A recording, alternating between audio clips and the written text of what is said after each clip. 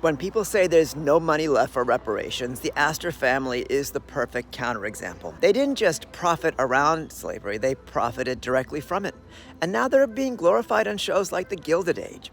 But HBO leaves out that Mrs. Caroline Astor, the Queen of New York society in The Gilded Age, didn't just guard high society, she guarded wealth extracted from black bodies. Caroline was the granddaughter-in-law of John Jacob Astor, who built the earliest part of their fortune through the fur trade, and scaled it by becoming one of the biggest northern financiers of the slave economy. The Astors, they issued mortgages to southern plantation owners, they used enslaved people as collateral, and they acquired enslaved people when planters defaulted. Just like the Lehman Brothers, the Browns, and other northern banking houses, New York City handled more slave-grown cotton than any port on earth except Liverpool, and the Astors pumped their money into the shipping, insurance, warehousing, and Manhattan real estate infrastructure that made that possible. William B. Astor Sr., the so-called landlord of New York, bought huge pieces of Manhattan using capital circulating through the slave economy. Even the Astor Library, now called the New York Public Library, was seeded with money from a world where enslaved people functioned as financial assets. But here's the part people miss. The Astors, they weren't just rich, they were plugged directly into political power.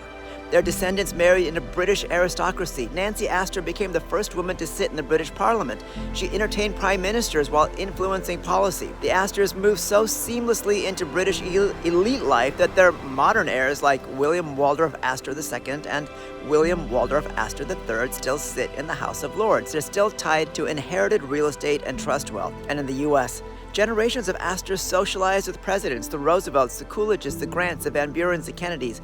Their homes in New York and Newport were presidential stomping grounds. Their philanthropy bought proximity to political power.